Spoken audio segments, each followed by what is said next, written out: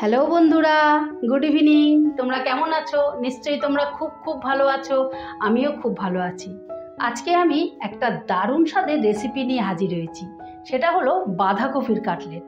তোমরা তো বিভিন্ন প্রকারের কাটলেট খেয়েছো, কিন্তু বাঁধাকপির কাটলেটটা খেয়েছো কি না জানি না। তো আজ আমি ভাবলাম একটা বাঁধাকপির কাটলেট করব। কাটলেটটা কিন্তু যেমন স্পাইসি তেমন টেস্টি। তাহলে এসো, এই বাঁধাকপির কাটলেটটা তৈরি করতে কি কি উপকরণ লাগবে তোমাদেরকে একবার দেখিয়ে নিই। এসো বন্ধুরা, বাঁধাকপির কাটলেট করতে বাঁধাকপি তো নিয়েই নিয়েছি। একটা বাঁধাকপির আধখানা বাঁধাকপিকে আমি ভালো করে ধুয়ে এইভাবে ঝিরিঝিরি করে কেটে নিয়েছি। এখানে মাঝারি সাইজের একটা গাজরকে কুচিয়ে নিয়েছি। এখানে 4 ভাগের 1 ভাগ একটা বিটকে কুচিয়ে নিয়েছি। মাঝারি সাইজের একটা পেঁয়াজ কুচিয়ে নিয়েছি। 5-6খানা কাঁচা লঙ্কা ঝিরিঝিরি করে কুচিয়ে নিয়েছি। 5-6খানা রসুন কুচিয়ে নিয়েছি। 4 ভাগের 1 ভাগ ক্যাপসিকামকে এইভাবে ছোট ছোটোভাবে কুচিয়ে নিয়েছি। এখানে নিয়েছি 1 মুঠো ধনেপাতা, আর নিয়েছি চালের গুঁড়ো 4 চামচে ময়দা, 4 চামচে কর্নফ্লাওয়ার, 4 চামচে বেসন। এখানে 2টো ডিমকে সেদ্ধ করে নিয়েছি। একটা বড় সাইজের আলুকে সেদ্ধ করে 2 আধখানা করে নিয়েছি। এখানে নিয়েছি 4 চামচের 1 চামচে চাট মশলা, 1 চামচে ম্যাগি মশলা আর 1/2 চামচে চিনি।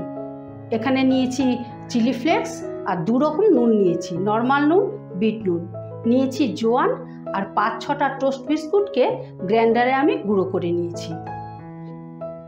বন্ধুরা, তোমাদের জন্য একটা টিপস আছে। সেটা হলো, আমি এখানে একটা সুতো নিয়ে নিয়েছি। আমি যেহেতু এই ডিমটাকে 4 টুকরো করব, সেই জন্য ছুরি দিয়ে কাটতে গেলে অনেক সময় কুসুমটা এলোমেলো হয়ে ভেঙে যাবে।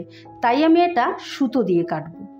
এইভাবে সুতো দিয়ে কাটলে একদম স্মুথলি কাটবে। প্রথমে আমি বাঁধাকপিটা নিয়ে নিচ্ছি।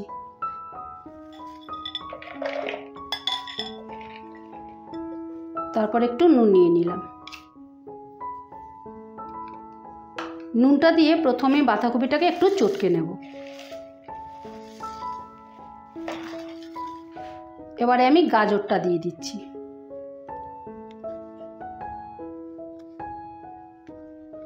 বিটটা দিয়ে দিলাম।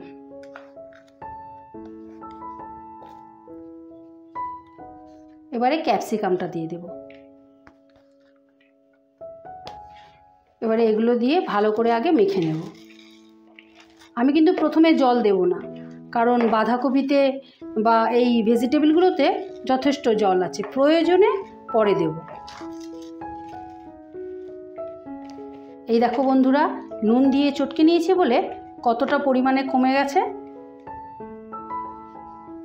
এইবারে আমি পেঁয়াজ, লঙ্কা আর রসুন কুচিটা দিয়ে দেব।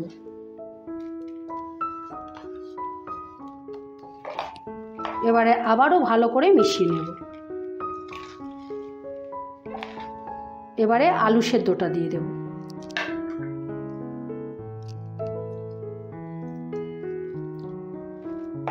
আলু সেদ্ধটা কিন্তু গ্রেটারে গ্রেট করলে হবে না, এইভাবে একটু টিপে টিপে ভেঙে নিতে হবে।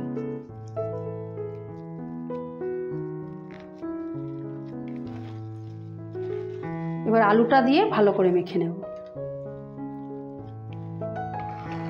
এবারে ধনেপাতাটা দিয়ে দেব।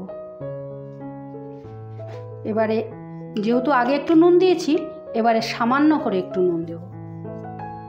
এবারে একটু চালের গুঁড়োটা দিয়ে দেব। 2 চামচের মতন চালের গুঁড়ো দেব। চালের গুঁড়োটা দিলে পরে চপটা খেতে বেশ মচমচে হবে।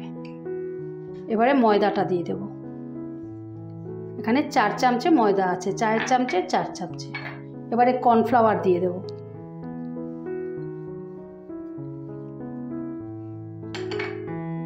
এবারে বেসনটা দিয়ে দেব।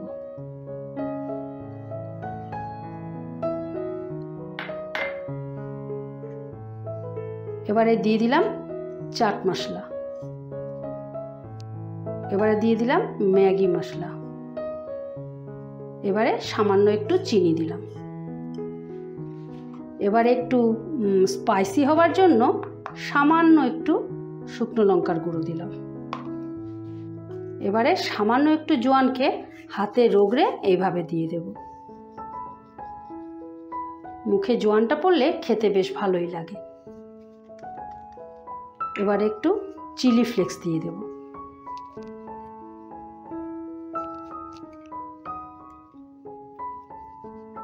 এবারে ভালো করে মেখে নিতে হবে। এই দেখো বন্ধুরা, ডিমগুলো আমি এইভাবে পাতলা পাতলা করে কেটে নিয়েছি। এদিকে ভেজিটেবলটাও রেডি করে নিয়েছি। প্রথমে আমি একটু সামান্য হাতে তেল দিয়ে নেব।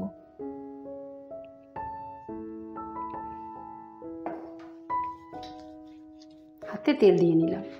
এবার খানিকটা ভেজিটেবল তুলে নিলাম।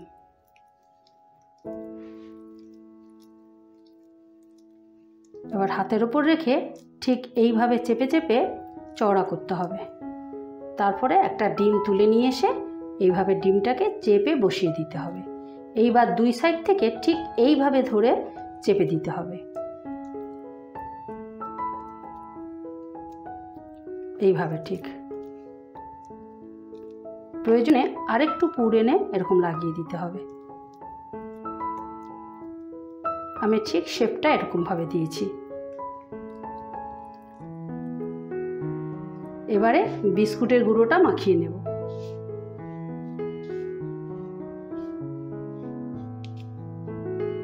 ভালো করে বিস্কুটের গুঁড়োটা মাখাতে হবে।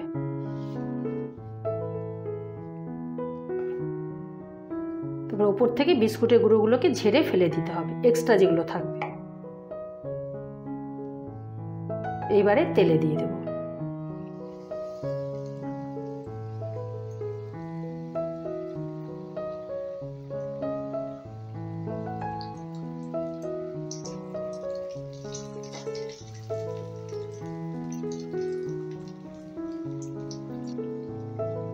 এই দেখো বন্ধুরা, এই রকম লাল লাল করে তোমরা ভেজে নেবে।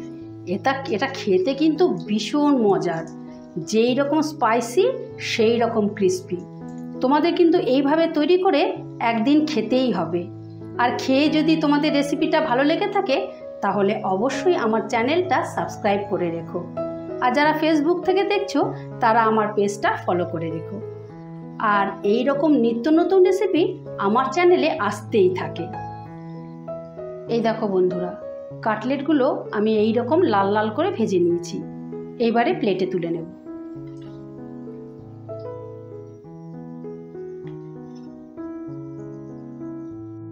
এই দেখো বন্ধুরা, বাঁধাকপির কাটলেটটা ফাইনালি রেডি। তোমাদের কিন্তু এইভাবে তৈরি করে একদিন খেতেই হবে। খাবার সময় কাটলেটের ওপরে একটু গোলমরিচ আর একটু বিট নুন ছড়িয়ে দেবে, তাহলে কাটলেটের স্বাদটা অনেক বেশি বেড়ে যাবে। খেয়ে যদি তোমাদের ভালো লেগে থাকে তাহলে আমার চ্যানেলটা অবশ্যই সাবস্ক্রাইব করে রেখো। আমার চ্যানেলে এই রকম নিত্য নতুন রেসিপি আসতেই থাকে। ঠিক আছে, তাহলে আজ আসি। কাল আবারও কোনো নতুন রেসিপি নিয়ে হাজির হব। টাটা।